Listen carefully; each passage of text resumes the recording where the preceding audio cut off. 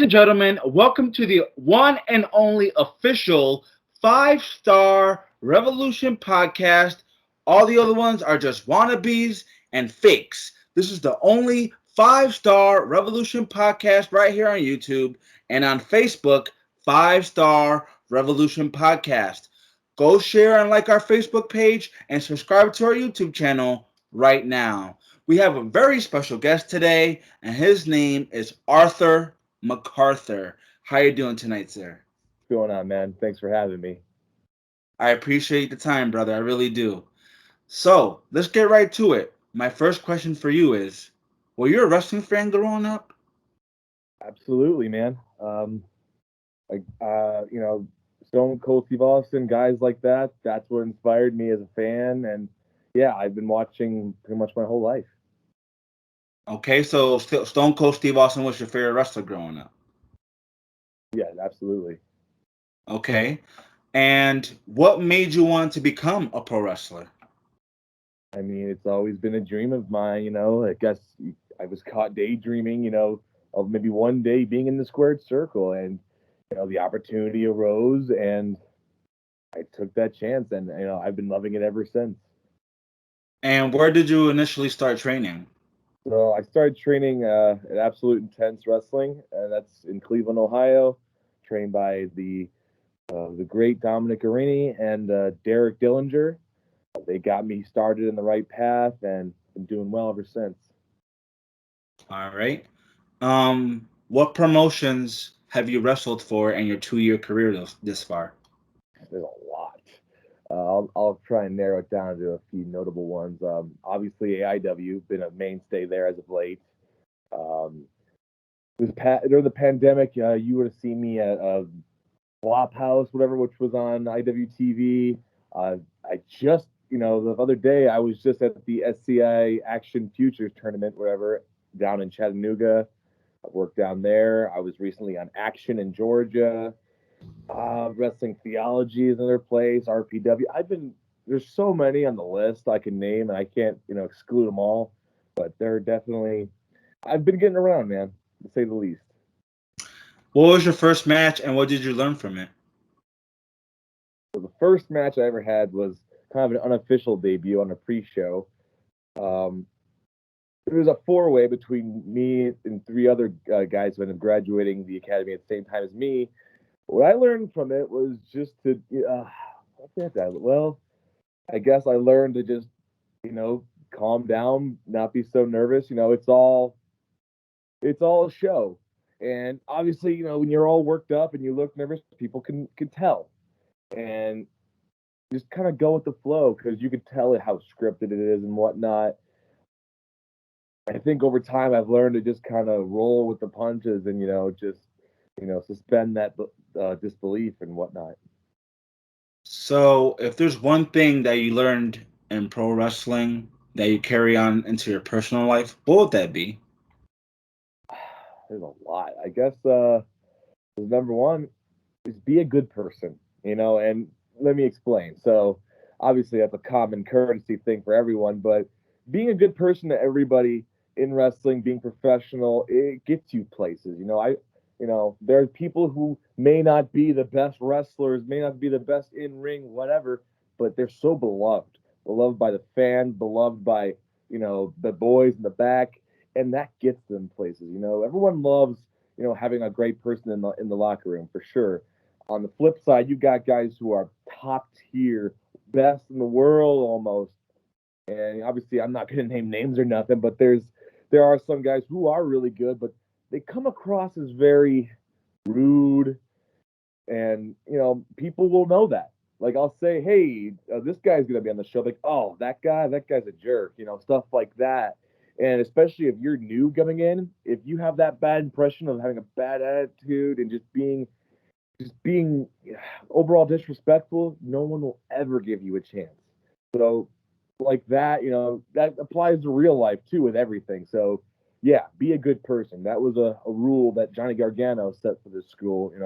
Obviously he was the trainer here before I got there, but yeah, be a good person. So, piggybacking on what you just said about dealing with a-holes backstage, how do you deal with backstage politics? Backstage politics. Well, I mean, obviously there's going to be some cliques in wrestling. There's going to be, people who will want to get what they are, and it's tough as someone like me. I'm kind of like a journeyman per se. Like obviously I'm very close and tied to AIW, but outside of that, free game. I go wherever. And with that, people will always want to protect their local guys. And so I'm pretty much putting them over most of the time. Um, and that's fine. I understand my role. I love doing what I gotta do. But there are people who are insistent on getting themselves over and just and sometimes they don't see my vision and I don't see theirs. But at the end of the day, you're a professional. You show up to work and you do what you got to do. But if people are jerks, oh sorry, if people are jerks backstage, you just you try your best not to make a confrontation. You never know who's watching. You never know what people will think of you. So I mean, obviously, don't just stand there and take it. Have some, stand for yourself. But at the same time, don't escalate things further than they need to be. So that's all there is to that, really. Great answer, man. So, if you can have one dream match, dead or alive, wrestler dead or alive, who would it be and why? Man, there's so many people I wish I could wrestle. There's um, honestly, if there was one match I would really love, he's retired now, and honestly, it would be Mick Foley. And let me explain. I think Mick Foley is is definitely the someone all new wrestlers should study and learn from and read his books. He's a guy who started from the very bottom, wasn't athletic. You know, he had to pay his dues. I went to his stand-up tour and he was telling us a story about how he would drive so far, set up a ring, and only then would he get some training from his trainer Dominic DeNucci. And he went a really long way in paying his dues and earning his respect to get the opportunities he did. And I believe that's kind of a lost art with wrestling nowadays. Is a lot of people are entitled and they think, oh, just training a little bit and going to my local promotion will get me places. Sometimes, man, you got to put in that extra effort. You got to, show you want it, paying those dues. It goes a long way. And not only that with Mick Foley, but you know, he was able to capitalize on his character work. His character work, really put him over the top because, obviously wasn't a crazy athlete. His moves were not over the top, but every match you saw, you believed it. Whether he was Dude Love, Mankind, Cactus Jack, you name it. And overall, and like I said before, he's a really great guy. So that puts him above people. So yeah, Mick Foley in any variation, I would definitely wish that if he was still wrestling, I'd get the opportunity. So, you mentioned Mick Foley had three characters: Cactus Jack, Dude Love, Mankind. Yeah. Can we learn about your character and who Arthur McArthur is? Yes, for sure, man. So Arthur McArthur basically is what I would consider a vintage circus strongman type fellow. I kind of base him in like the 1920s earlier kind of era. We've seen similar things like this in throughout wrestling. You got guys like Simon Gotch, etc. Um, I try to take it, to another kind of over the top kind of way. I've got that crazy dumbbell that nobody could pick up. Kind of like Thor's hammer. Um, I just really I got catchphrases. I call people old sport a lot. I have a T-shirt with the old sport logo on it. It's actually like Old Spice, but reverted. Arthur McArthur is just there's a lot of mystique about him. No one knows how he's still so old-fashioned, why he's living in his old ways, and we're developing that as we go. And I think there's so much you can do with the character, and having my partner Chuck Stone, he was like a burger guy, partnered with him in bulking season. It adds more to the story, and kind of we're keeping it going. Okay, sounds good. And if there's one thing that you know now that you didn't know before when you started wrestling, what would it be? Oh man, that's a good question. If I knew what I knew now before I started wrestling, I would say just get used to going out and traveling these long miles. When I first started wrestling, I thought, if I want to make it, I could just wrestle for AIW a little bit, stay local. And, obviously some people choose to stay local, and that's fine. That's a part-time thing. They have fun on the weekends. That's cool. But in my belief and most others, you want to make it, you really want to get out everywhere, you got to travel. You got to get out of that 40-mile radius. I've gone as far as St. Louis. This past Mania weekend, I was down in Tampa. Um, I was just in Atlanta. You got to get out there because, I love the fans here in Cleveland to death. They're like some of my favorites, but let's be honest, they're not the entire independent wrestling, community. There's so much more out there, and the more eyes you have on you, the more likely you are to get booked because that makes you more marketable. That makes ticket sales. That's how people book you. They want that you have to be a draw. That's the end of the day. So would you say that you have to make a lot of sacrifices in life to be successful in this business? Oh, absolutely. For example, when I first started training, I had a decent job. I was working in a warehouse, and I had, with shows and like setting up rings and stuff, I just was not able to do it with my schedule at work because I always had to work Fridays. Friday's a pretty prominent day in independent wrestling. So I realized this is not going to work out. I had to ditch that job.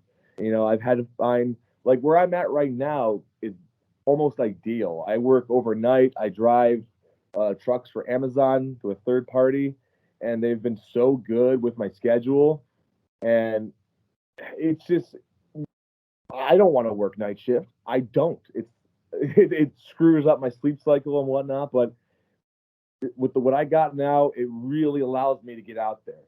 So yeah, sacrifices definitely have to be made. Like if you want a long-standing career, like for example, if you want to be a police officer or something, you want to be like head of a company, you may not have time for that if you want to have a longevity career in independent wrestling and further. So yeah, it takes a lot of sacrifice, man, to say the least.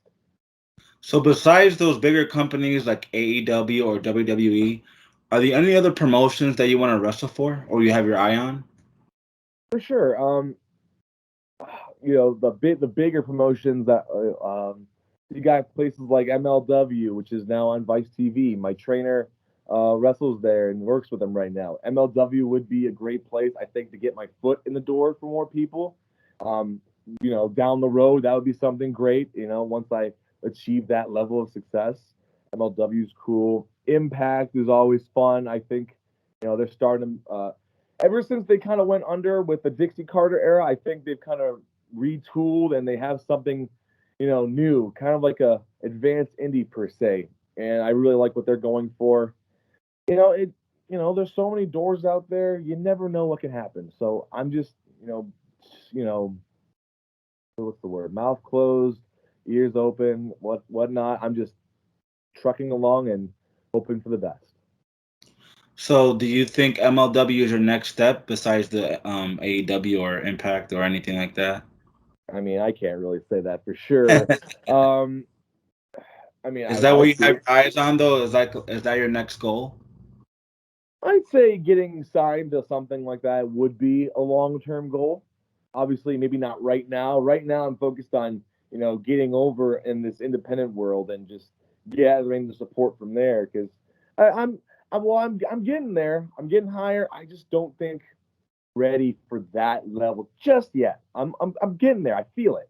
But you also have to consider the fact that maybe they don't have a use for me. Because look, Arthur McArthur is a character is oftentimes goofy and over the top, and that's not going to be a good fit everywhere. There's some companies like let's say ROH where they've been really stressing the pure wrestling and whatnot. I'm just not going to fit there, at least not right now. And other companies, like for example ICW, they're big on the death match, the death pit, weapons, crazy stuff, and I'm just not willing to do that. So I've pretty much written off ICW as a possibility. Obviously I would like to work there, but right now it just wouldn't work out, I don't think. Understandable, man. So you mentioned that you've wrestled in several states in your short career so far. Yep. What's the longest drive you've done? The longest drive definitely was Atlanta, which was Action Wrestling. It is about 10 hours. Oops, sorry. 10 hours. And you have to consider that Atlanta traffic is a nightmare. I'm not sure where you're from, but Atlanta is awful. Like, that's like a hub for everything, the airports, all the cities coming through. So yeah, I wasted a lot of miles. Oh no, I wouldn't say wasted, but I definitely spent a lot of miles going to Atlanta, Georgia. I flew to Florida, so I mean, I'm willing to drive and make those trips, but like, it sucks, man. I do not like the long road trips especially if I'm by myself. So piggybacking on that, when you do those long drives and when you show up at shows, there's only 20, 30 people in the crowd. What's going through your head? Like, are you upset? Are you disappointed? And how do you perform on those shows? So I will say that thankfully, all those really long drives I've done where there's not a lot of fans, that hasn't really happened. Every show that I've traveled that far, it's usually been a pretty solid crowd.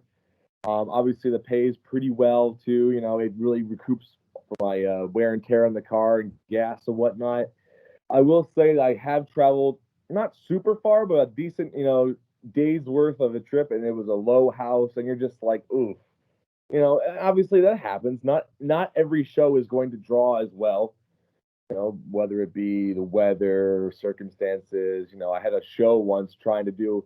I saw a show trying to compete against WrestleMania once, and that didn't go very well, to say the least. But whether it's 20 people, 50, 100, five, I try to put in my best effort. Obviously, maybe I'll save a few bumps. I'm not gonna go over the top. I'm not gonna gig. Put my life in danger. But at the same time, I'm always going to put in my best effort because you never know who's watching. Because that show with 10 people, they could be recording that and putting that on YouTube. And what if someone sees that and they say, "Oh, this guy wasn't even trying"? Well, then I don't want him. So yeah, you definitely have to keep always on wherever you go. I agree with that statement, man. Even if you're not a wrestler, anywhere you go, you should try your best because you never know who's watching, you never know who's listening. So, Absolutely, yeah, I agree with that statement for sure. Would you say that pro wrestling has changed your life personally? If so, how? absolutely has, man. Let's see. So with pro wrestling, my availability, my free time is not what it once was. A lot of guys have wanted to hang out or do something, and I've had to cut them off and say, hey, I got to do this instead. So I don't really see my real life friends as much as I used to. I still make it an effort to. um, Family as well. It's tough. You just like that goes back to what we were talking about earlier about making sacrifices. All the nights out, going to the bar. Maybe you take that time and put it towards wrestling. Obviously, I like to have a nice balance in life. Take a break once in a while, not a long break, but just maybe take a weekend off and enjoy yourself, let your body heal. Because you don't want to destroy yourself mentally over wrestling because it's taxing on the mind, to say the least. But yeah, changes in life is just lack of free time per se. I agree with that, man. I used to be a wrestler myself. I used to have like no free time whatsoever because of work and then wrestling. Yep. So yeah, I know how you feel.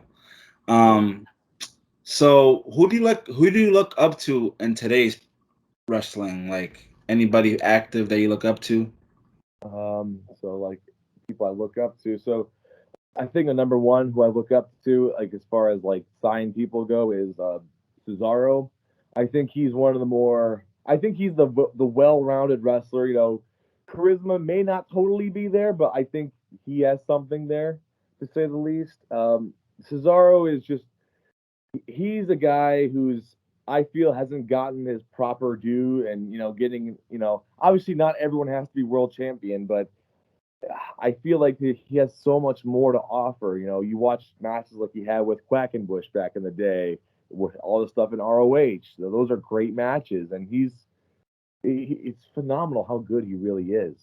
I look up to my trainer, my mentor, Dominic Arini. I'm always bothering him about my matches, asking him stuff, and I think he's gotten sick of me at this point, but he's someone I really, appreciate his opinion on for everything. So to piggyback on Cesaro, I agree with you there. Cesaro's a phenomenal wrestler. When he was in ROH, he was phenomenal as well. If Great Khali can become world champion, anyone can become world champion. For sure. I think back on that, everyone says, "Oh, he's a great wrestler," this, that. Well, just because you're a great wrestler, that doesn't mean you're putting asses in the seats per se, Right. or you're not an attraction. There's a lot of great wrestlers in WWE, but at the end of the day, it depends on the fans and what they want to see, the attraction, the draw. The great Khali. Say what you will about him, but he was an attraction.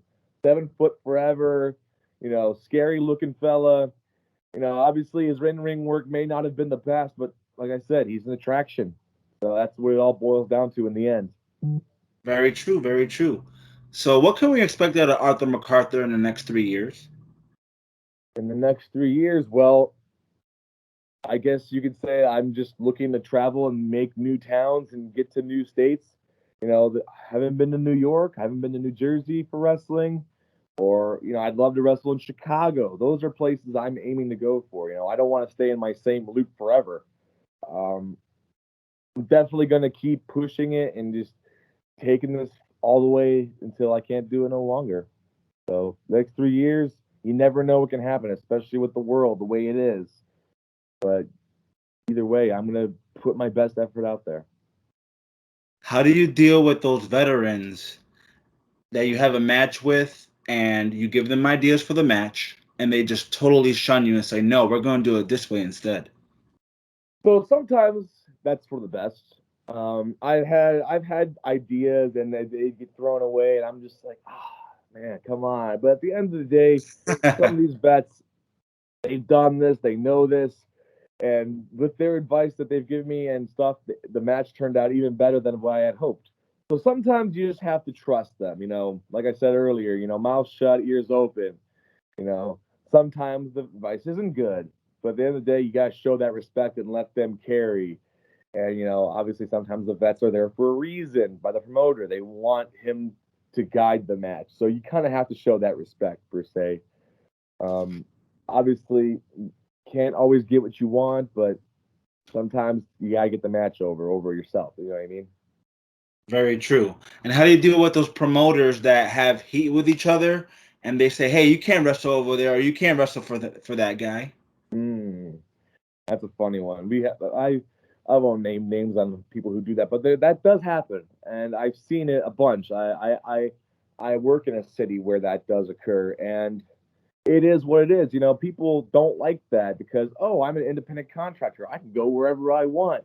But this is a business thing, man. So let's say, for example, there was two promotions in Cleveland, and I worked both. Well, what if I work for one promotion, but the fans there are saying, well, since he goes there, I don't need to see him at the other promotion, so I'll just skip that one and stay here. You're creating a divide possibly, and it's a brand identity thing too, because there's another territory up north, where there's like 5 or 6 different promotions, and every promotion is exactly the same almost, with the same people in that territory, and it's like, why should I go to this one where I could just see them here or there? So it's all about the brand identity. So I understand it from a business side of things.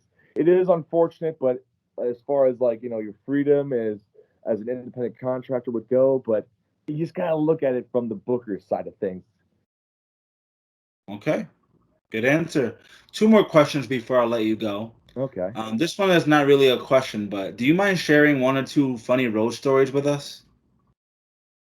sure, I got you. Road story. There's a bunch. Let me try to think of one. There was a time. This isn't necessarily a road story, but when uh, there was a time when we had a tables match planned for this one promotion. It was a 2 out of 3 falls tables match, and they had to provide us with some tables and whatnot.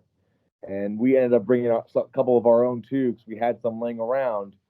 And this promotion had given us these tables, and these tables, I kid you not, these were the most dangerous looking things I have ever seen. Like, this wasn't your typical folding table that you can gimmick really quick.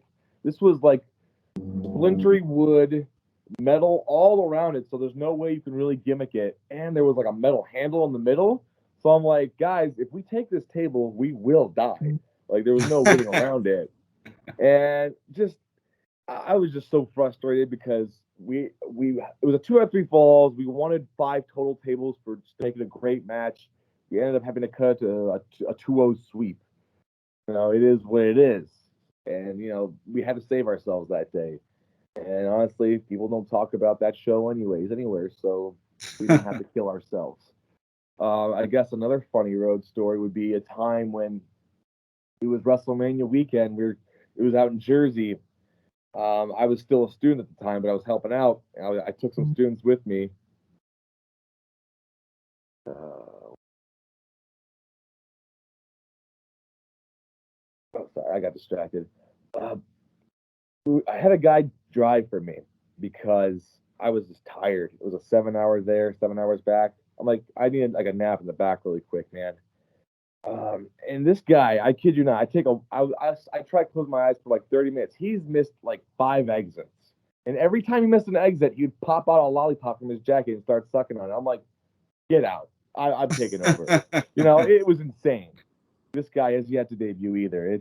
I'll leave it at that. Last question for me. Have you shared the locker room with any legends or pro veterans we might know? Absolutely have. Guys like Ultimo Dragon, I actually got to drive him before. D'Lo Brown, I drove him before. Tommy Dreamer, Tommy Rich. AIW's brought in a lot of great names, a lot of great veterans. I'm so blessed to see them. It's a great time. Does Gargano still visit? Who? Gargano? He actually filmed a vignette at our school for NXT once. Him and Candice came. Adam Cole also came. Nice. It was cool. That's nice. That's very cool, man. Well, thank you so much for joining us. If you want to plug anything or if you want to tell our listeners where they can follow you, go right ahead. Sure. So if you want to follow me on Twitter, I'm Strong McArthur. I'm more in character there. You got Arthur McArthur with 2 underscores between Arthur and McArthur at Instagram. That's still growing. I'm trying to make that work. I do have a Facebook profile.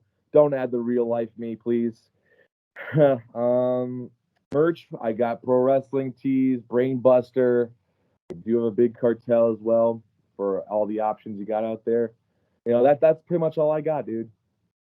Well, thank you so much, Mr. Arthur McArthur, for joining us here tonight on the only 5-star Revolution podcast, because all of the others are fake and pity. So join us right here tomorrow because we're going to have another special guest right here on the 5-Star Revolution podcast. We're still giving away a $100 Visa gift card. So get to it. Share the page. And Mr. McArthur, we wish you the best in your career, sir.